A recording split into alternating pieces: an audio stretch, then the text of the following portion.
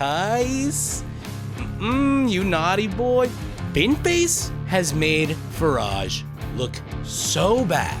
Yo, this dude is such a slimeball motherfucker. I get why you guys hate Farage now, okay? I get it. The fact that Binface has more than a dick's hair chance to win is astounding to me. Boris Johnson has to have been created in a lab scientifically to be uglier than Trump. It's impossible. But if we look at what's happening on the ground, now Farage is trying to make the groundwork on Clacton happen. However, people are giving him a little bit of a funny time. And also, now the Reform UK party is going through another controversy that's going to make everything even harder for Farage. So let's take a look at what's going on now. Binface! See? So They want shout the some bin. Clacton residents as Farage does the rounds, probably turning up to do a video with a verified Reform voter for the Clacton by-election that he triggered. Today. So he's saying he's probably walking around Clacton trying to get a verified voter to actually do a video being like, I love Farage. There's a dark cloud on Nigel's horizon, and its name is Count Binface. Let's go, Binny. Give Binny the winnie. I love him. That's Farage. They're heckling him. Binface! There's Farage making his rounds around Clacton. Bin for the win! In for the win! Binface isn't the only Let's go. dark cloud, though. The party is over for Nigel Farage. Like a dripping tap, news of Farage, Tice and Reform's dodgy donations keep coming, with the latest being that Tice is under investigation by the Parliamentary Standards Watchdog. Before they even get into it, Tice is the name of, I think, the leader of Reform UK. Breaking political news to bring you now. This is being brought to us by the Parliamentary Standards Watchdog, saying the Reform UK Deputy Leader, Richard Tice, is under investigation by the Standards Watchdog over failure to declare an interest. This is a log. Ooh, baby. So this is Reform UK's leader here, Tice. And they got busted doing an undeclared interest. And now what you're going to see, they're going to explain what that is. They'll explain better than me. That has been published on the Parliamentary Standards website on parliament.uk. The BBC writes, Reform UK's Richard Tice investigated by Parliamentary Standards Watchdog. The investigation relates to Rule 6 in the Parliamentary Code of Conduct, which states members must always be open and frank in declaring any relevant interest in any proceeding of the House or its committees and in any communications with ministers, members, public officials or public office holders. Tice, the MP for Boston and Skegness, said the complaint related to a Commons debate about Israeli influence and whether he should have referenced his register of interests. Tice. You naughty boys. It's so funny. It's just the same shit over here. Isn't that so interesting? Rich people got their financial interests tied up with Israel. Tied up in the genocide. Don't want to let people know about it. Don't want to be declaring it. Ooh, Tice, you're a bad boy. Reform said Tice did not mention in his 22nd June speech that he had been on a trip to Israel last September, funded by a pro-Israel lobbying group. Busted, buddy. Busted. Yeah, Ajax. I wish the U.S. would take conflict of interest seriously. Oh, 100%. I mean, that's the thing. I'm watching this. I'm like, dude, oh my God. They saw that this candidate was having relations with Israel, and that's how big of a conflict of interest that is, and they want to do something about it? That's not just the way the government works? What? Excuse me? I love that. Can we do that over here? Can we please do that over here? Why is our politics over here is all protect Israel, all do this for Israel? Holy moly. A few days before the Parliamentary Standards Commissioner opened this inquiry, the BBC learned a police investigation had been opened into payments to Reform UK by a company controlled by Tice in the run-up to the general election. Tice, you're a bad boy. You're spending your money. Oh, you're doing a little embezzlement. It all has the same feel as Partygate, where each week a new photo would emerge of Boris and his staff breaking the COVID rules during lockdown. I just can't believe that there's an uglier version of Donald Trump. Boris Johnson has to have been created in a lab scientifically to be uglier than Trump. It's impossible. It makes no sense. Ryder, the fact that Binface has more than a dick's hair chance to win is astounding to me. I mean, the thing is too, like I was saying before, because there are so many different parties in the UK, if you get all of the people who would have supported that party to rally around a unity candidate like Binface, then like it could actually do something.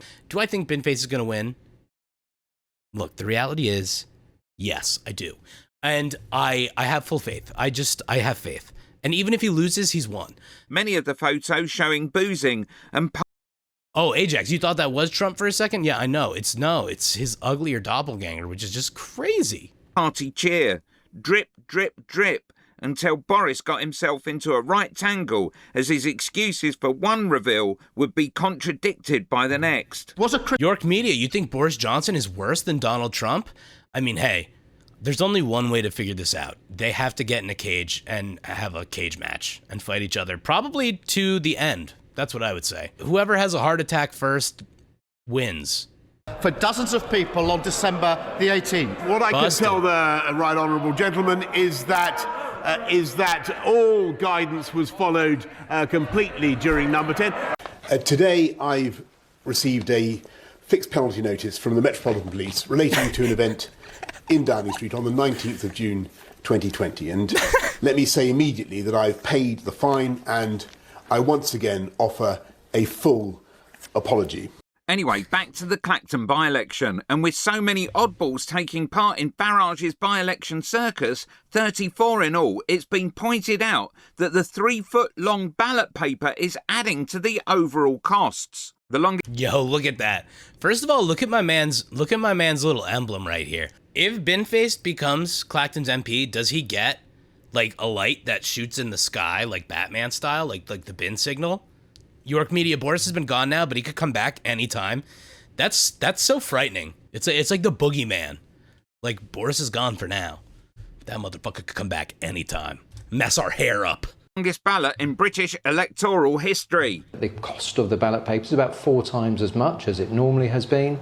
And as you can see from the length of the ballot paper, it has also been thinking about how we get it into the envelopes, how we get it out, or indeed for the ballot books, how we get it when we get out to the polling station. All of the kinds of things not factored in when Farage offered to pay for the by-election. I knew you can't do that, Farage. You can't pay for the by-election. Like, can you imagine if your party paid for the election? That's just like the Clacton by-election brought to you by Farage. It wouldn't have cost £250,000 to Clacton for a by-election. He's paying for the by-election. No, he's not. This from LBC. Reform cannot pay for £200,000 Clacton by-election. Government says, as it confirms, move would be illegal. An MHCLG spokesperson told LBC to maintain the independence and impartiality of the electoral process. The law is clear that the cost of running elections must be met from public funds and not by candidates or political parties. So, how much will Clacton by-election cost? Taxpayer set to foot the bill for Essex seat as Reform UK told it cannot pay for Nigel Farage to stand again. I've yet to find out the additional cost of the extra long ballot papers, but the Independent speculated that it would be £275,046 based on the confirmed 2014 figure, plus 12 years of inflation. So, over $250,000 then. But... So I just want to clarify for our audience, because I think they're confused. We could have this by-election, and then you could end up fighting another by-election in a few months' time. You're prepared for that? Because it also, of course, attracts more attention to you at a time that's difficult for Reform MPs for all of the reasons you just outlined. Which could take the whole skip fire into the 500,000 mark. Look. Oh, what do you got, Nigel? Let's see what the result is here in a couple of weeks' time. If I get a thumping endorsement here from the people and they really, really try and push and make them vote again, I think Parliament itself will look very silly. No wonder Daily Mail... So this dude's saying, let's let the people vote, and if they vote for me again, then Parliament's just going to look too silly. They're not going to want to do an investigation into me at that point, because they'll just look so silly. It'll be so silly of them.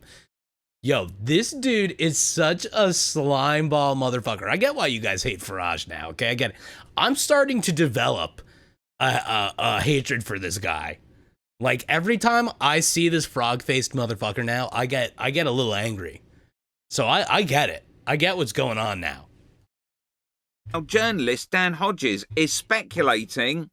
Well, as I sort of report today, for the very first time, senior people in reform are starting to think the unthinkable, and they're starting to think about life beyond Nigel Farage and whether or not, sooner rather than later, reform are going to have to move on from Nigel Farage, precisely because of the issues and the story that you've been just been detailing. There's been a growing feeling of concern within the party that these various sort of financial scandals, obviously the staggering £5 million donation he got from Harborne, the relationship with George Cottrell, a convicted a man who was convicted in the states of wire fraud. But remember, Posh George is the motherfucker who wrote How to Launder Money. Super Ghost UK, we're doing great over here. Hope you're doing well. So this is the part I'm most excited to share with you guys. The Binface Warhammer figurines. What? Yes. Yes, he does. He has a mini, writer. And this is the thing. Look, Binface has made Farage look so bad and so greedy and so lame that I saw this and I damn near pooped my pants, okay? Because this is the coolest thing ever. But not only that, 100% of this shit went to charity. What? 100% of this shit went to charity. He didn't even make money off of this, okay? York Media, let's not forget Nigel Farage called the Clacton by-election his PR stunt to distract away from the parliamentary committee investigation. Oh yeah, 100%. And that investigation is still gonna happen. You know, that to me is the funniest part. GTA, Nigel Garbage. That's good. That took me a second. But we're putting Nigel in the bin, baby. He's going in the bin. But that investigation doesn't go away. And he's trying to make it go away by saying, like, oh, Parliament's going to look silly if they investigate me and then there's another by-election. So wild. Yo, right, Super Ghost? They got to make Binface canon in Warhammer?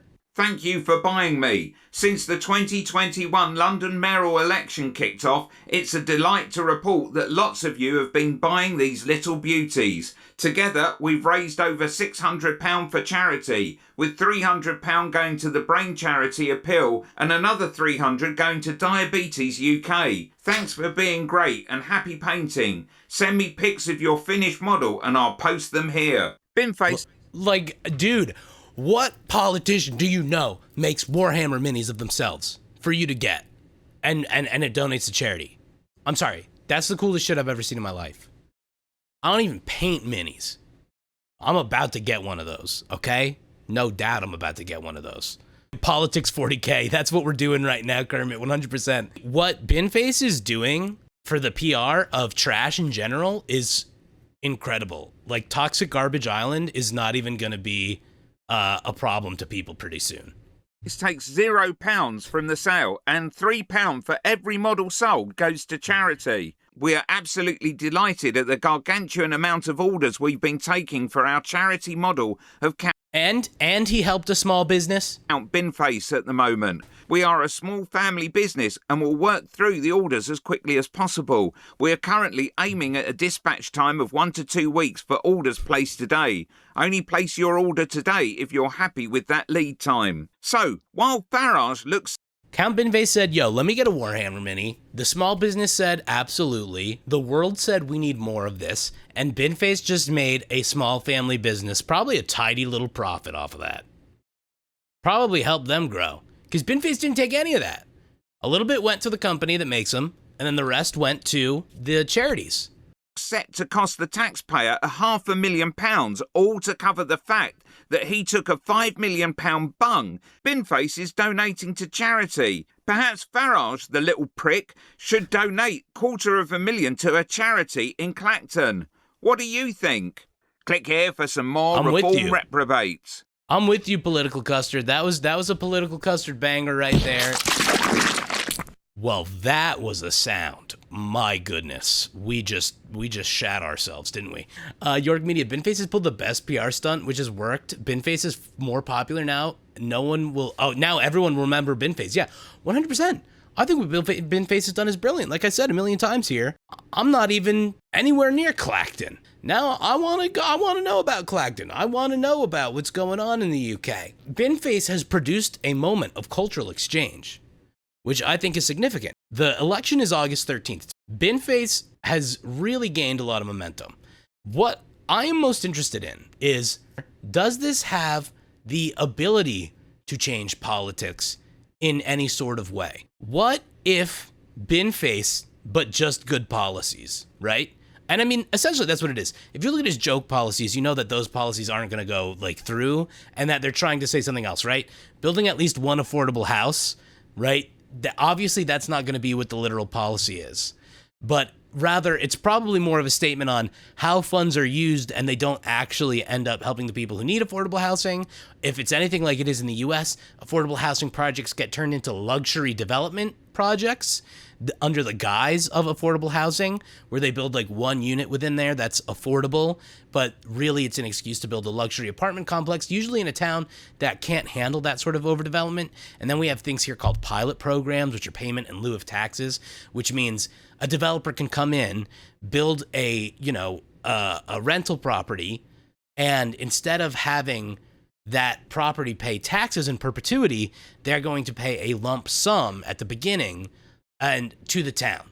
Okay? So far more revenue getting cut out of what should be going to towns. Public schools don't get the money to be invested, all that sort of stuff, right? So my whole thought is, once all the attention is gained, right, by having the bin on your head, right, and all that, what could actually happen here? I think if the other parties actually find a way, well, now this is the only other thing too. Binface is so anti-establishment. I know that one thing that they referenced in there was, if the other parties can get behind him as a unity candidate, then there would be a better chance. I don't actually think that's true.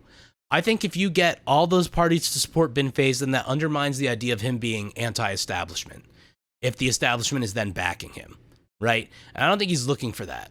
However, if Binface runs this campaign as he's doing it, gains this essentially guerrilla marketing strategy that he's doing, or sticks to his integrity, sticks to what, he says he's going to do and not do, and shows Clacton a little more attention, that sort of thing, I think that this could actually do something. The unity candidate idea, if all those parties were to endorse him, could that get him votes? Maybe. But why couldn't those votes be won by him just off this guerrilla tactic? The thing, you got a big marketing firm behind you, or you look at a lot of what we have in the United States here, right?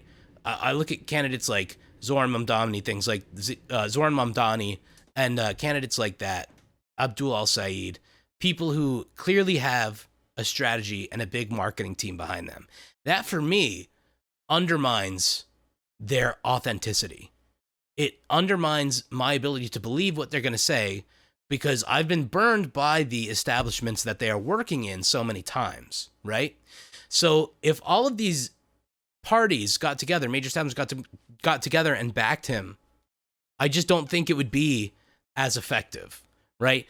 I understand the citizens being felt like they're left in the lurch because none of the other parties put anybody up, but the situation is what it is now, and I mean, quite frankly, I would like to see that momentum shift Binhead. I just think that there's something that can be done here.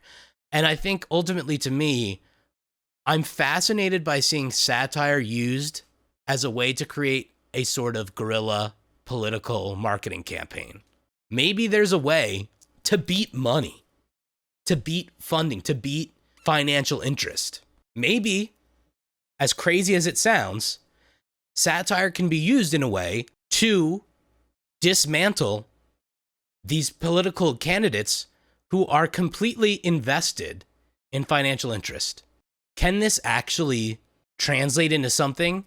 If Binface doesn't win here, can it still progress into something different? Another candidate? Can somebody else do this? What's the next logical step? It does make me think, how can we undermine establishment campaigning? How can we undermine establishment money by creating guerrilla content? Things that gain attention just because they are what they are. Having a giant trash can on your head instantly gets attention. But then once you get those people's attention, what can you do with it to actually convert it? I think there's something that could be done there. I don't know what it is, but I will say Binface gives me hope.